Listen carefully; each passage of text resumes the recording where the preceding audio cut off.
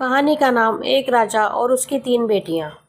बहुत समय पहले एक राजा था जो खुद के बारे में सोचता था कि वह बहुत ही नेक दयालु स्वभाव का इंसान है। उसे लगता था कि वह स्थितियों को सही से समझता है और सही न्याय करता है। राजा की तीन बेटियां थीं। एक दिन उसने अपनी बेटियों को बुलाकर कहा, मेरे पास जो भी है वो सब तुम्हारा है। तुम तीनों को ही मुझसे जीवन मिला है। मेरी इच्छा अनुसार ही तुम तीनों का भूत, वर्तमान और भविष्य बना हुआ है, जो आगे भी ऐसे ही बना रहेगा। मैं ही तुम तीनों का भाग्य बनाता हूँ। राजा की दो बेटियों ने राजा की बात में हामी भरी। उसकी तीसरी बेटी ने ऐसा करने से मना कर दिया। राजा की बेटी ने कहा, मुझे नहीं लगता मेरा भाग्य आपके हाथ में है।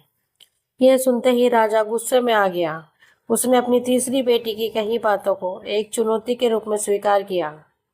उसने खुद को सही साबित करने के लिए अपनी तीसरी बेटी को जेल में बंदी बना दिया। इस वजह से राजा की तीसरी बेटी कई सालों तक जेल में वही बंद रही।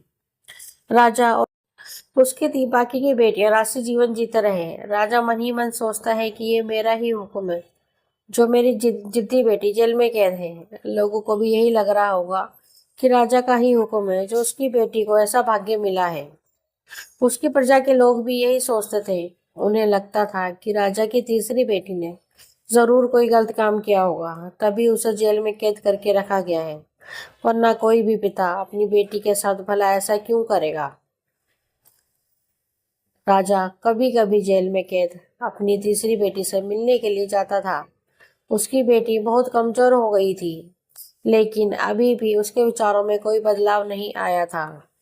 मगर राजा अपनी कमजोर होती बेटी की हालत और नहीं देख पा रहा था। एक दिन उसने अपनी तीसरी बेटी से कहा, इस तरह से तुम्हारा जिद करना मुझे बहुत गुस्सा दिलाता है। अगर तुम इसी तरह मेरी आंखों के सामने रही तो गुस्से में मैं न जाने क्या कर बैठूंगा।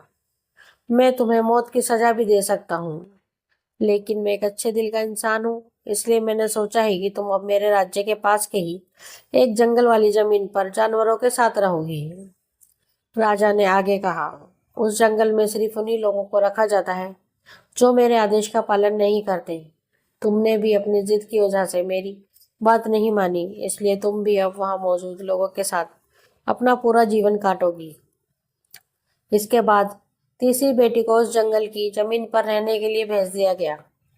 वहां वे फल और सब्जियां खाने लगी और गुफा में रहने लगी।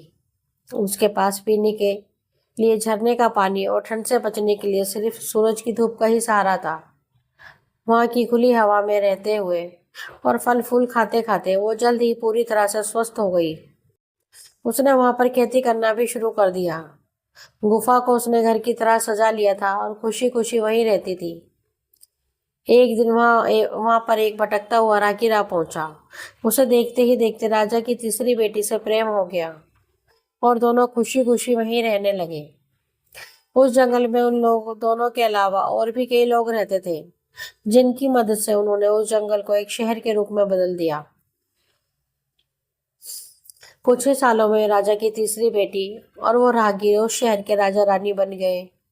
अब उनके शहर की चर्चा दूर दूर तक होने लगी। जैसे ही इसकी जानकारी राजा को मिली, वह उस जंगल में सब कुछ देखने के लिए पहुंच गया। जब उसने वहां की राजगद्दी पर अपनी बेटी को बैठे देखा और साथ में एक खूबसूरत युवक को, तो उसके होश उड़ गए। राजा की बेटी ने अपने महल में अपने पिता का पूरे सम्मान के साथ स्वागत किया। उसने अपने पिता से उसके बुरे बर्ताव व फैसले के लिए कुछ भी नहीं कहा। जैसे ही राजा वहां बैठा, तो उसे एक आवाज सुनाई देने लगी, जो कह रही थी, हर इंसान स्वयं ही अपना भाग्य बनाता है, कोई अन्य इंसान किसी और का भाग्य नहीं बना सकता।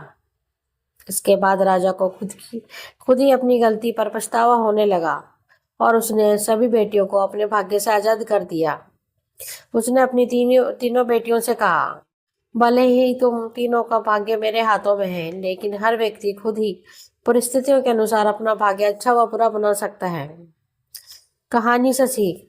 राजा और उसकी तीन बेटियों की कहानी से हमें यह सीख देती है कि कोई भी व्यक्ति किसी का भाग्य बना या बिगाड़ नहीं सकता। हमारा भाग्य स्वयं हमारे हाथों में ही होता है, जिसे हम अपनी सूझबूझ से बुरी परिस्थितियों में भी अच्छा बना सकते हैं। दोस्तों, आपको ये हमारी कहानी कैसी लगी प्लीज़ कमेंट में हमें ज़रूर बताएं। अगर कहानी पसंद आई हो तो हमारे चैनल को लाइक एंड सब्सक्राइब करें और बेल आइकन दबाना